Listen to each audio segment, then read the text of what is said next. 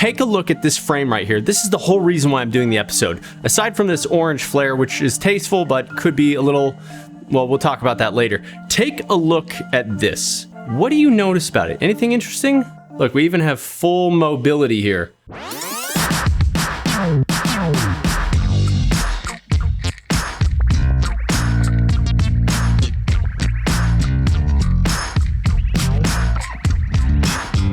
Yo, Josh, it has been a minute, guys. I'm so very sorry. I have been down here the last 6 months building this bunker studio. It's phenomenal. It's almost done. I can't wait to show you. So I've had these lenses for a few months now. These are legit 1.5 stretch anamorphic lenses for Super 35 coverage.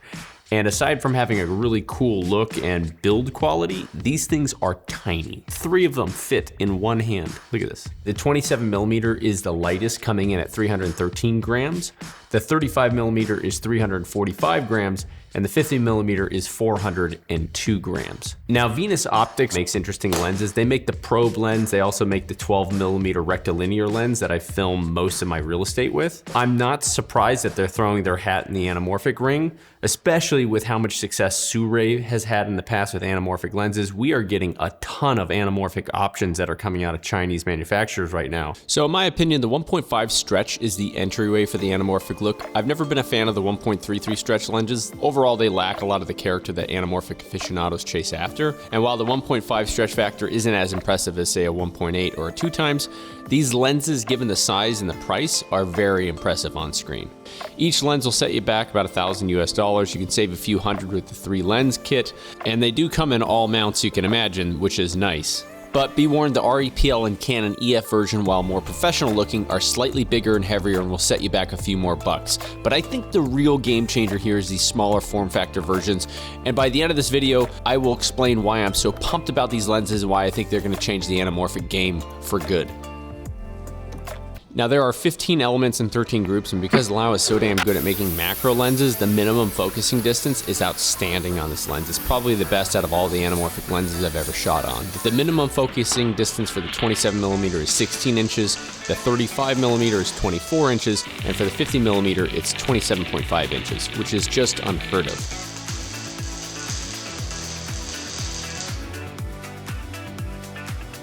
Now, before we get into dissecting all this footage, the lenses I have are fantastic, except for one thing. The flares, they hit you over the head with the flares. We got it. So the copies I've tested and I'm showing you examples of are actually from the first batch prior to the Indiegogo campaign. So this means 2 things. Number 1, my video is about 6 months overdue.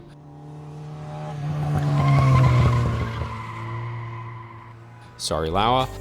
And number 2, Laowa got word of this early criticism about the flares being too synthetic and saturated, and I'm told they took this into consideration during manufacturing and made slight changes to the coating. So if you purchase the lens from Indiegogo or any of the distributors, let me know in the comments if your flares are toned down, because they should be.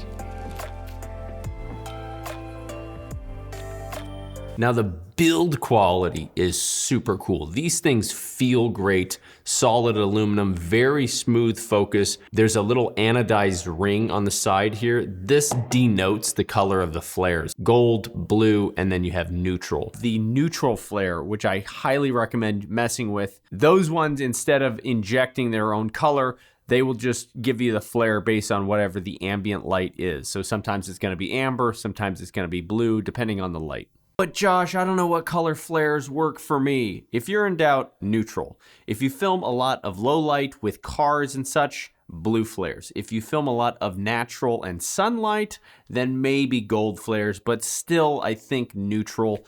You know, my initial feedback from these that the flares are just a little bit intense and there's just a little bit too much color.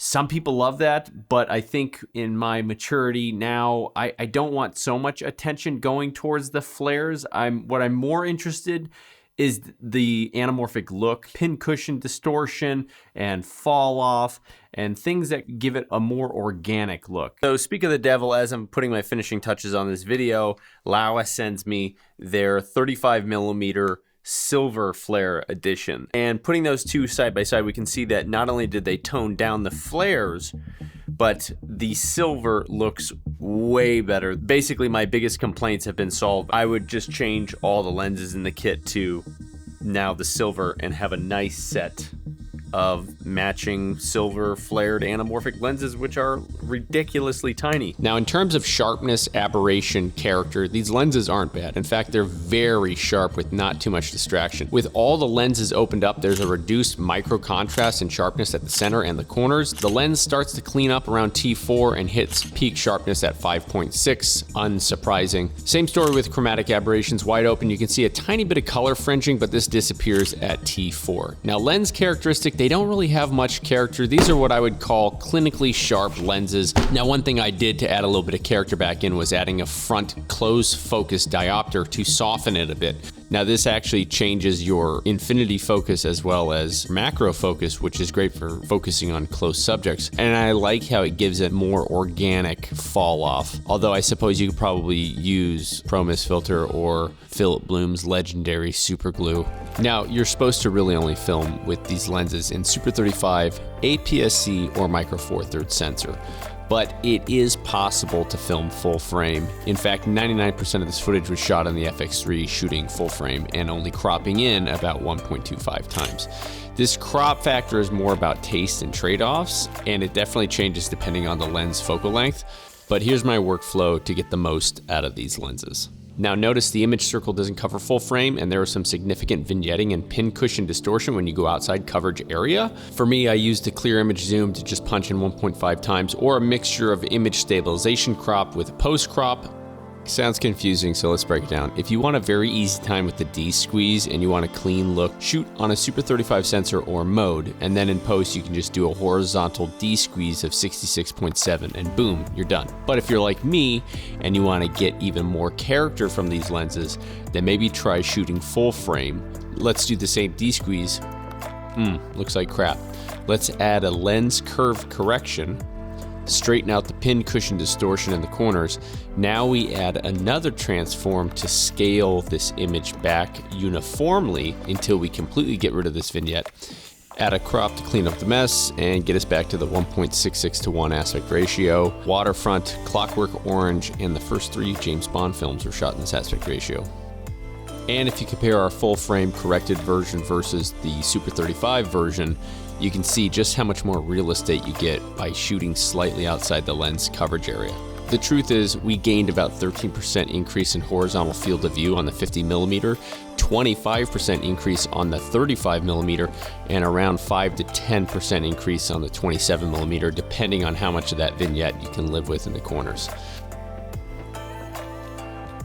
And if I still have you lost with all this, I created this workflow into a drag and drop preset for Premiere Pro and Davinci Resolve. And you can download these totally free on my website. There are presets for each focal length, and they should work for all full frame Sony cameras. You may need to tweak them for other brands.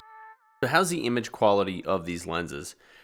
When shot Super 35, these are fantastically sharp, and I would call them clinical lenses. I thought they were a little bit too sharp, that I used a front-mounted diopter in some of that footage to obviously have a much closer macro focus, but it also gives it a nice organic look like older vintage lenses. And again, even though these are for Super 35 coverage, I found that I enjoyed the character and the little bit of vignette in the corners.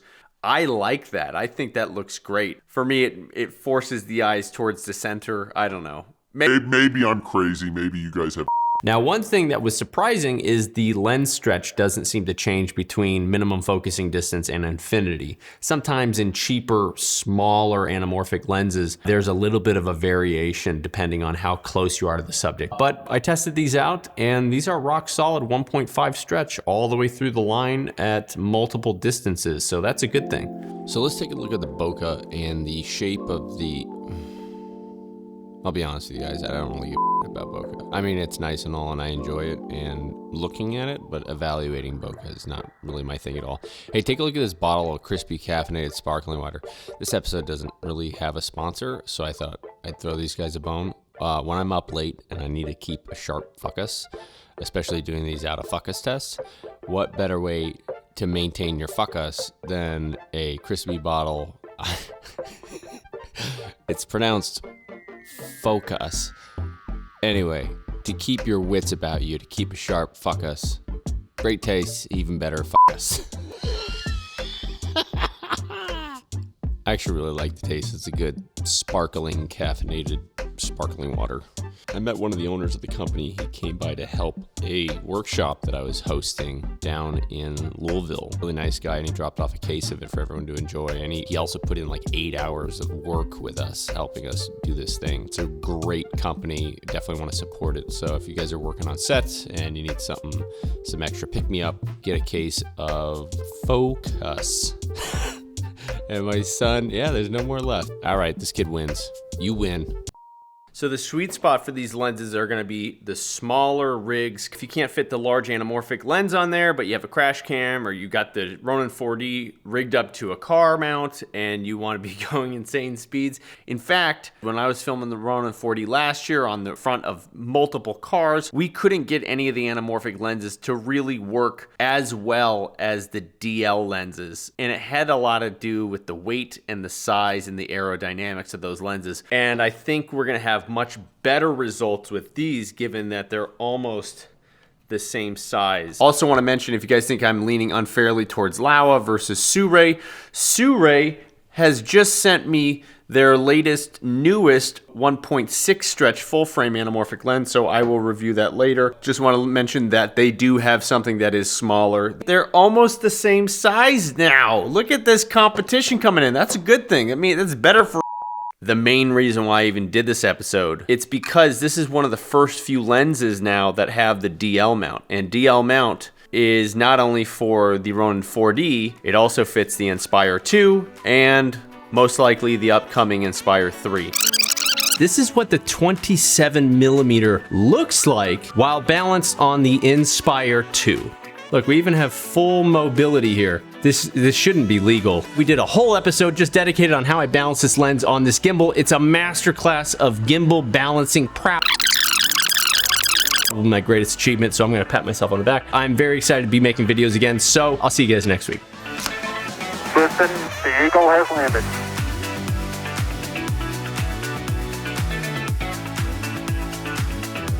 Will this lens make it in Anamorphia 3? Maybe it already has.